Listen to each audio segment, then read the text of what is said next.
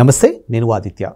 దేవరా నిర్మాణానికి దాదాపుగా 400 కోట్లు ఖర్చు అయిందని, మరి ఆ సినిమాకి సంబంధించి ప్రీ బిజినెస్ ఇప్పటికే 350 కోట్లు వచ్చిందంటే ఒక వార్త వినిపిస్తుంది. మరి ఈ అంశం గురించి తెలుసుకునే ప్రయత్నం చేద్దాం. సో ప్రస్తుతానికి మనతో పాటు స్టూడియోలో ఉన్నారు ప్రముఖ సీనియర్ జర్నలిస్ట్ జగదేవ్ గారు. సార్ని అడిగి మన విషయాలు తెలుసుకుందాం. సార్ నమస్కారం. సార్ నమస్తే. దేవరా నిర్మాణానికి మొత్తం 400 కోట్లు ఖర్చు అయిందని, ప్రీ బిజినెస్లో 350 కోట్లు వచ్చినట్టు ఒక వార్త వినిపిస్తుంది. సో మరి రానున్న రోజుల్లో ఈ మూవీ రిలీజ్ అయిన తర్వాత దీని బిజినెస్ ఇంకా ఎలా ఉండబోతుంది అండ్ ఓవరాల్గా కలెక్షన్ పరంగా ఎలా ఉండబోతుంది? అసలు ఈ స్టార్ హీరోస్తో బిజినెస్ వల్ల అదే ప్లస్ పాయింట్. ప్రొడ్యూసర్ కూడా ధైర్యంగా ముందుకు రాగలుగుతారు, ధైర్యంగా అమౌంట్ కూడా పెట్టగలుగుతారు. పెట్టుకోవడం అంటే ఇన్ ద సెన్స్ వాళ్ళు పెట్టుకుంటారనే కాదు, జనరల్గా హీరోకి సంబంధించి ఒకటి స్పాన్సర్ వస్తాడు, హీరోయిన్కి ఒకటి స్పాన్సర్ వస్తారు, లేదా సెట్స్ సంబంధించి ఒకరు వస్తారు. ఇలాగా అన్ని రకాల నాలుగైదు చేతులు కలిస్తే ప్రాజెక్టు రెడీ అయిపోతుంది. ఒక ప్రొడ్యూసరే 400 కోట్లు పెట్టుకోవాలంటే చిన్న చితక విషయం కాదు. కాకపోతే మన ఇండియన్ స్క్రీన్ మీద హీరో ఓరియంటెడ్ సినిమాలో ఎక్కువ, దర్శకుడు కెప్టెన్ ఆఫ్ ది షిప్ అయినప్పటికీ కూడా హీరో బేస్ అయ్యే ఎక్కువగా సినిమాలు ముందుకు నడుస్తుంటే దానికి ఈ బిజినెస్లే కారణం. ఎందుకంటే అల్టిమేట్గా బిజినెస్ 4 రాళ్ళ కోసం వాళ్ళు తాపత్రయం, ఎవరైనా సెటిల్ అవ్వాలి. దాంతోపాటు 24 క్రాఫ్ట్స్లో ఉన్న వాళ్ళందరూ కూడా దాని మీద ప్రత్యక్షంగా పరోక్షంగా కొన్ని వేల మంది ఆధారపడతారు. ఒక సినిమా రన్ అయిందంటే కనీసం ఇలాంటి పెద్ద సినిమాకి 1500 నుంచి 2000 మంది పనిచేస్తారు. యూనిట్ మొత్తం టెక్నీషియన్స్, అసిస్టెంట్లు, సెట్ బాయ్స్, ప్రొడక్షన్ అందరూ ఆల్ టుగెదర్. ఇప్పుడు ఒక్కడు కాదు, ఇప్పుడు ఆ షూట్ నడుస్తుంది, పెట్రోల్ అవసరం. సో దానికి పరోక్షంగా ఆ పెట్రోల్ బంక్ కూడా బెనిఫిట్ అవుతుంది. డ్రైవరు, వ్యాన్, దానికి ఒక కార్వాన్లు, దాని సర్వీసింగ్ చేసేవాడు, ఎలక్ట్రీషియన్, జనరేటర్, టీలు టిఫిన్లు ఇచ్చేవాడు, వాటర్ ఇచ్చేవాడు, వీళ్ళకి క్యాబ్ అరేంజ్ చేసేవాడు, ఇవన్నీ అలవెన్సెస్ సంబంధించి ప్రతిదీ కూడా ఇంతమంది.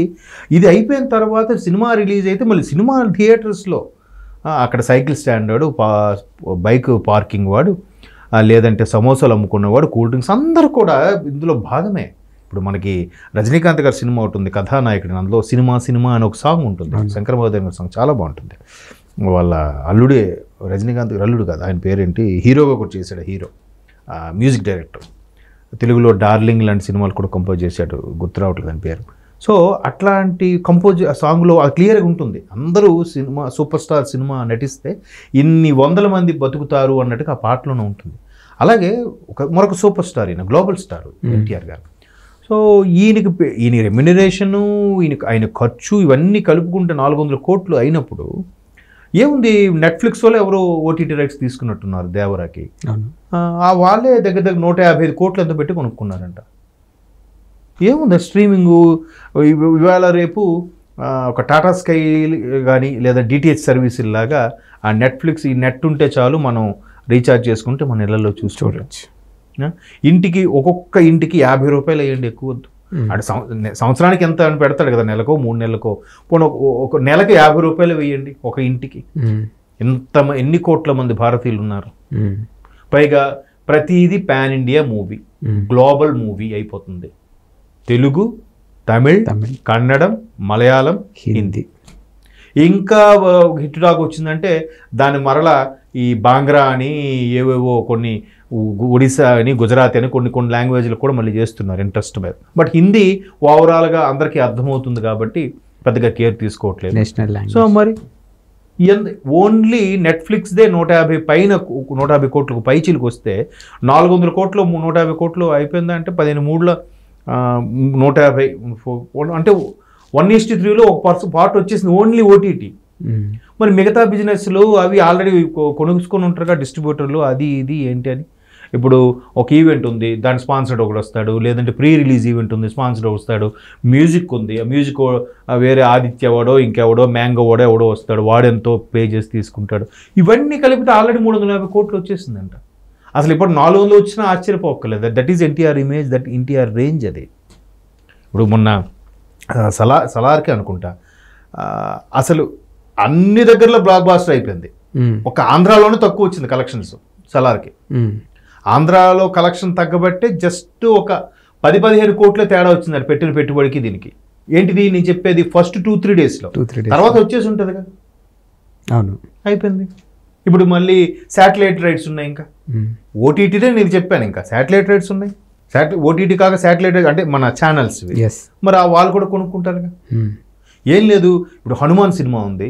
హనుమాన్ సినిమా కొత్త దర్శకుడు తేజ సజ్జా అప్కమింగ్ హీరో. అప్పటికి ఒక ముందు బేబీ ఏదో ఓ బేబీ సినిమా ఏదో చేసినట్టున్నారు, హిట్ సినిమా.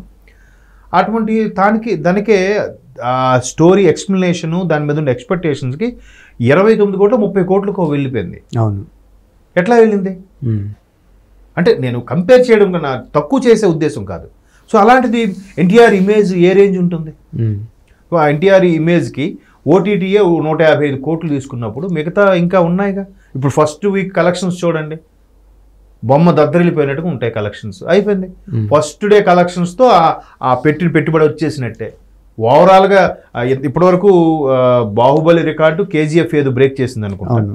ఇప్పుడు మళ్ళీ దాన్ని సలార్ కూడా బ్రేక్ చేసింది తర్వాత దంగల్ ఏవో వచ్చాయి కానీ సలార్ బ్రేక్ చేసింది అని అంటున్నారు.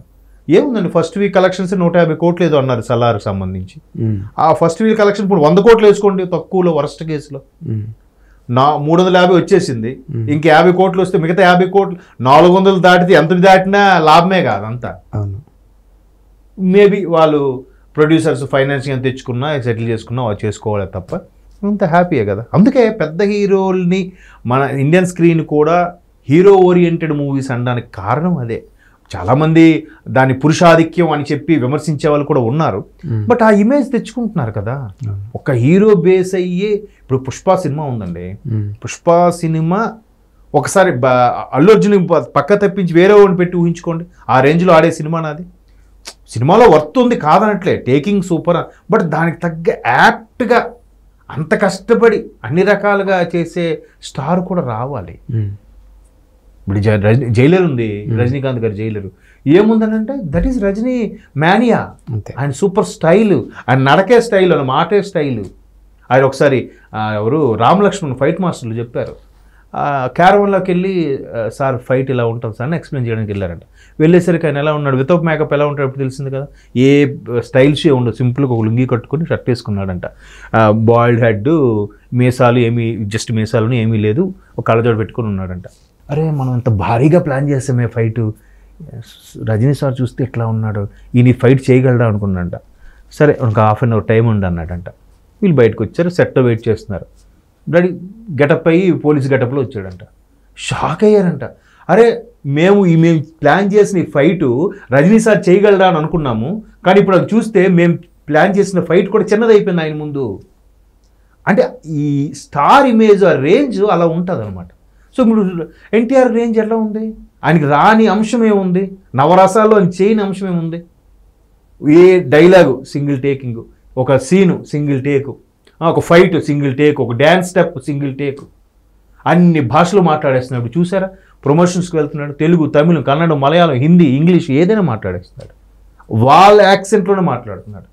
మరి ఆ ఇమేజ్ దీనికి 350 కోట్లు అంటే పెద్ద సమస్య కాదు, 400 కోట్లు కూడా. దానికి డబుల్ 800 కోట్లు వచ్చినా రేపు సినిమాకి ఆశ్చర్యపోవడం అవసరం లేదు. సినిమాలో ఏమాత్రం వర్త్ ఉన్నా ఎత్తుకెళ్ళిపోద్ది ఇంకా.